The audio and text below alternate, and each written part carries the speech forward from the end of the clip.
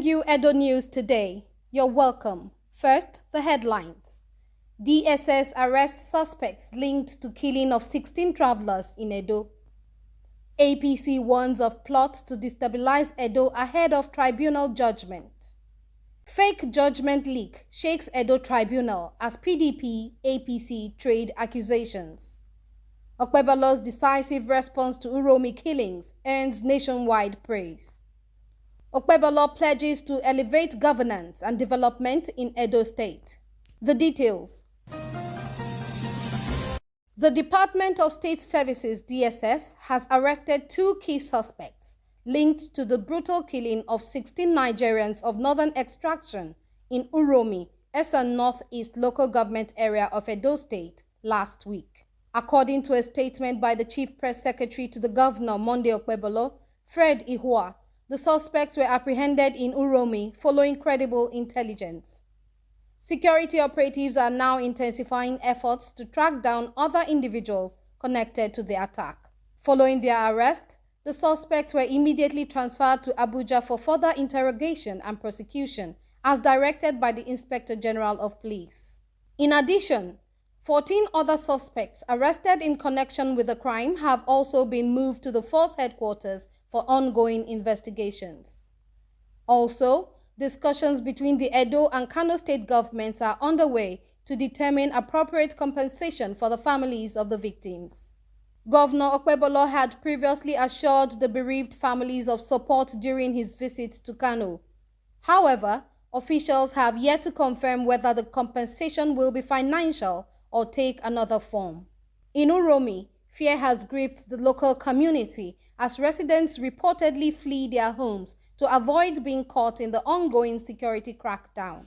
On Monday, 31st of March, women from the area staged a protest at the Ujuromi of Uromi's palace, condemning what they described as indiscriminate arrests by security forces. One resident, Michael, expressed concern over the situation. People are leaving their homes because they fear being arrested. The protest by the women was to express their frustration with the mass arrests taking place, he said. As security agencies continue their operations, tension remains high in the affected communities. Meanwhile, the Edo State chapter of the All Progressives Congress (APC) has accused opposition parties of plotting to create chaos in the state ahead of the Edo Election Petition Tribunal judgment scheduled for today, Wednesday, 2nd of April.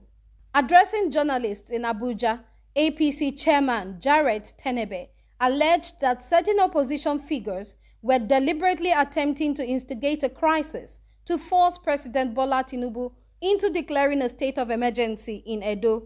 It has come to our attention that the leadership of some major opposition parties, along with 2 others, has devised a reckless and dangerous plot to make Edo ungovernable, Tenebe stated.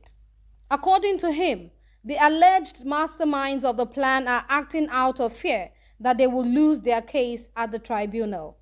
He warned that the APC would resist any attempt to disrupt the peace in the state. The Edo Election Petition Tribunal is set to rule on a petition filed by the People's Democratic Party (PDP) candidate Asue Ighodalo, challenging the outcome of the September 21, 2024 governorship election. With political tensions rising, all eyes are now on the tribunal's verdict and the potential fallout from the ruling. Continuing, hours before the Edo State Governorship Election Petitions Tribunal delivers its judgment, tensions escalated as purported copies of the ruling surfaced online, triggering a heated exchange between the All Progressives Congress (APC) and the People's Democratic Party (PDP).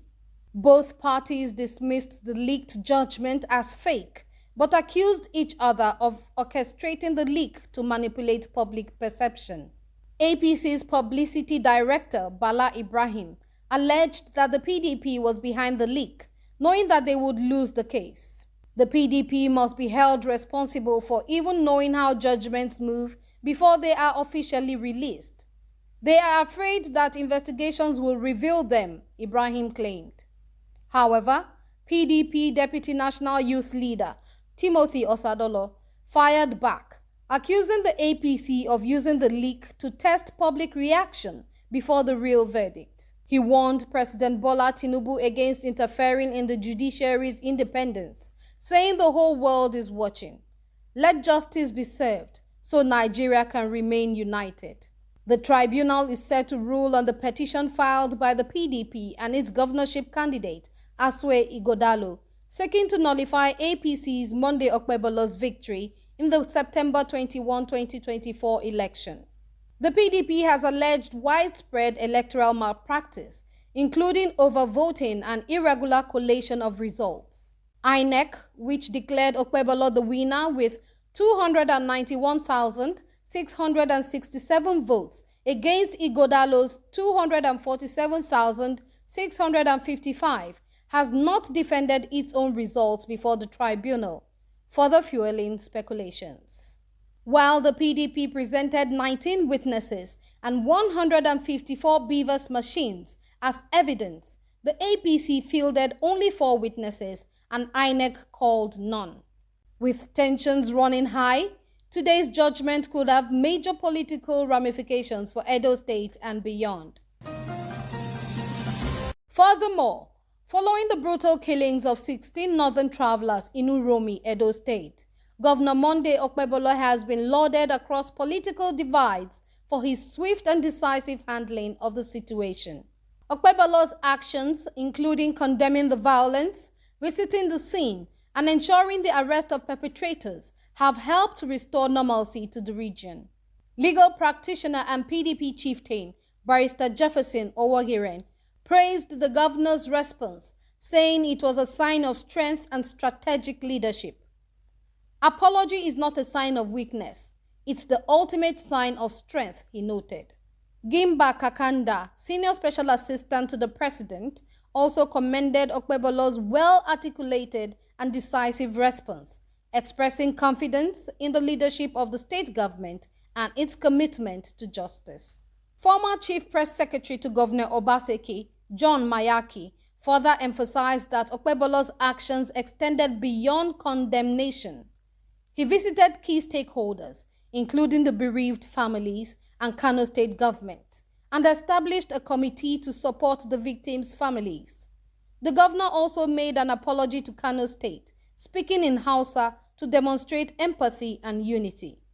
Okpebholo's swift actions, including the suspension of illegal vigilante groups and the arrest of key figures in connection to the killings, have been hailed as signs of his firm commitment to justice and rule of law. Conclusively, Governor Monday Okpebholo has reaffirmed his dedication to improving governance and development in Edo State, urging newly appointed officials to work diligently to bring about meaningful change.